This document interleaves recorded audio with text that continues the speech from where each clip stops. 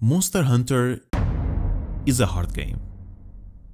For us, fans of the series, that is nothing new. We know firsthand the brutal and punishable gameplay we are subjected to whenever we play it, and for us, that is an important component of the franchise. We enjoy it because of it, among other things of course. Games are often attributed specific characteristics that overall define the experience people have. They are descriptive terms that common folk use to identify the main premise of the game itself. Some games are known for being relaxing, charming, or chill. Others are popular for their highly competitive nature, for their strong narrative, immersion, bizarre uniqueness, comedy, and of course, their difficulty.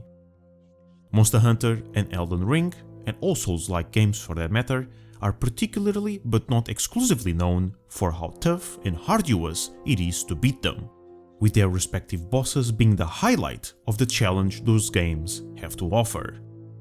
But despite their similarities, the former achieves that same categorization differently.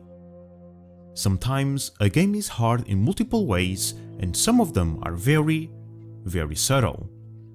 Combat is usually the most easily detectable source.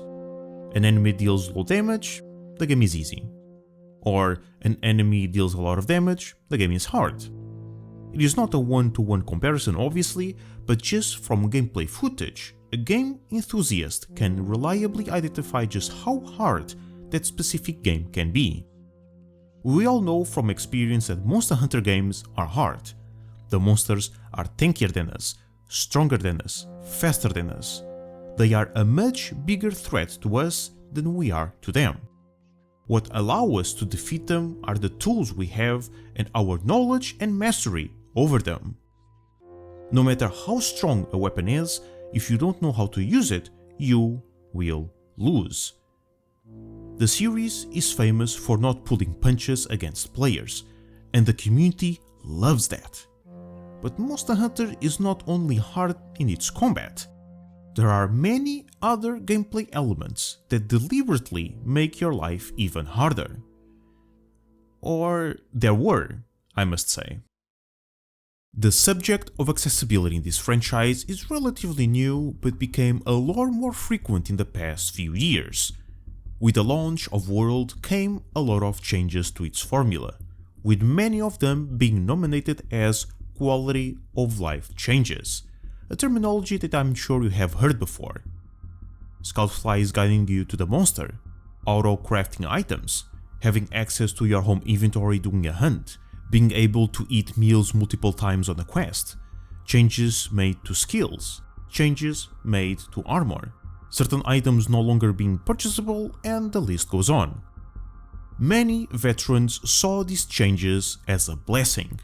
Most of what was altered were annoyances that people complained about for years. Others praised them as 5th gen finally made them get hooked to the franchise after failing to enjoy the older titles. And newcomers, despite not having experienced the previous generations, also portrayed them as quality of life changes. But here's the thing, these changes are tools. Tools that can transform mechanics and features and make them more accessible, easier to understand, easier to use, or simply better. But we cannot forget that this methodology can also be used incorrectly. Players rarely think about the reason behind the existence of certain systems. Why do I need to buy pickaxes? Why can't I eat after beginning a hunt? Why can't I use all my items all the time? It is easy to assume that these inconveniences of the old days were flawed game design, bad executions, the result of limited technology, or were nothing more than bad ideas.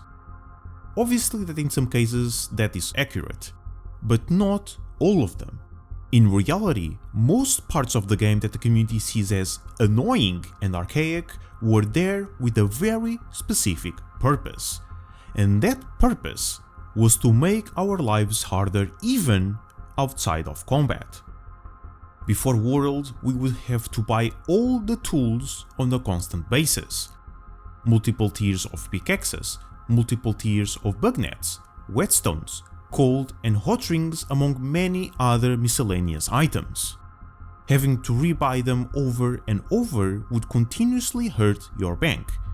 And you know why they were made like this? Precisely to affect your finances. Capcom didn't want the monsters to be the only thing hard in the game.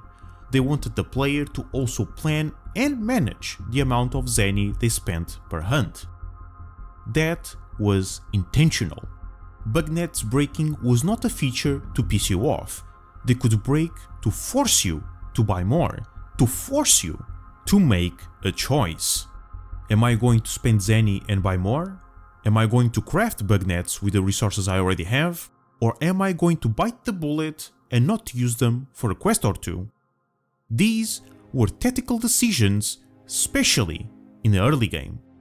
And they were designed this way to educate players how they wanted them to play the game.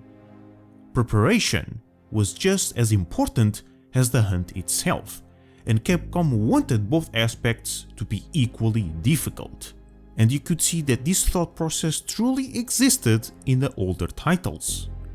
Aside from what I just said, everything was more expensive, vastly more expensive.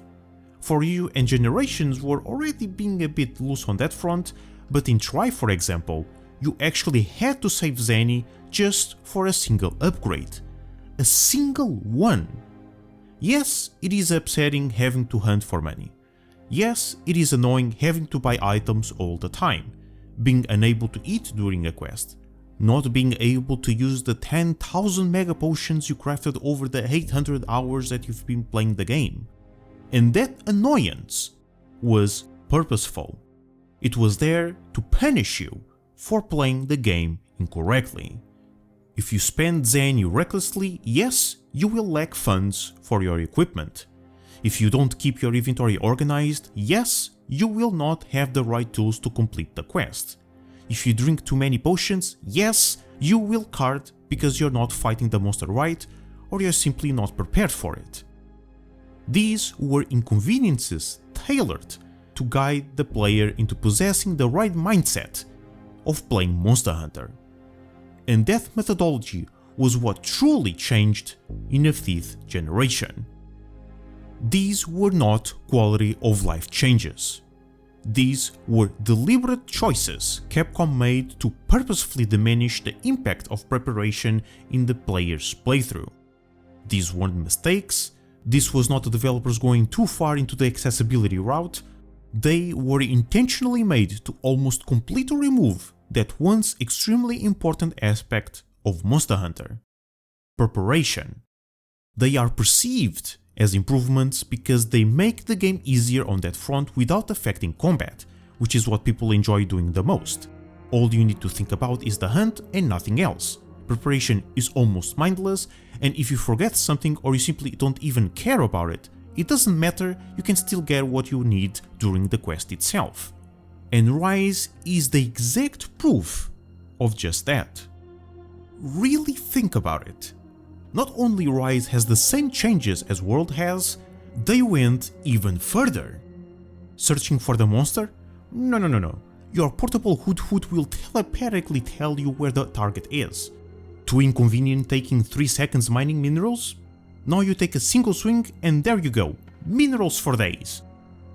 My theory is that Capcom made this conscious decision in fear that World would not be as successful as it ended up being without these alterations, and they willingly sacrificed all the details surrounding preparation by turning them into a shadow of their former selves, making them less annoying and less impactful.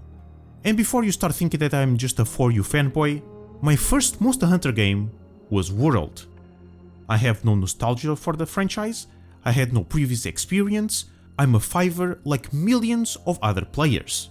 But I went back and played many of the previous generation titles, and I experienced the fulfillment of preparing well for a hunt, for managing my finances, by surpassing the difficulty outside of fighting the monsters. That was such an important component of older Monster Hunter, and it is such a shame seeing it gone. And look, I'm not saying that World is a bad game, not at all. 5th gen is not a downgrade. It would be ludicrous to suggest such a thing.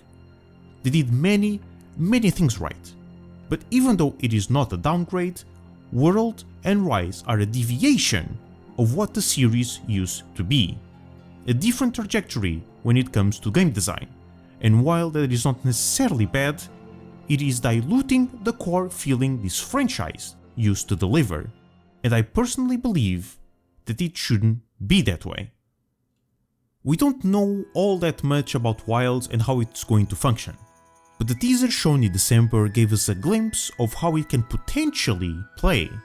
And if our assumptions are correct, 6th generation might be the perfect fusion between the innovations of World and the old philosophy of past entries. But until the summer, we can't do much else but to wait.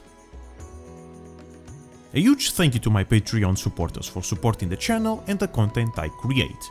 If you wanna join the ranks, you can do so for only $1 a month. The link will be in the description.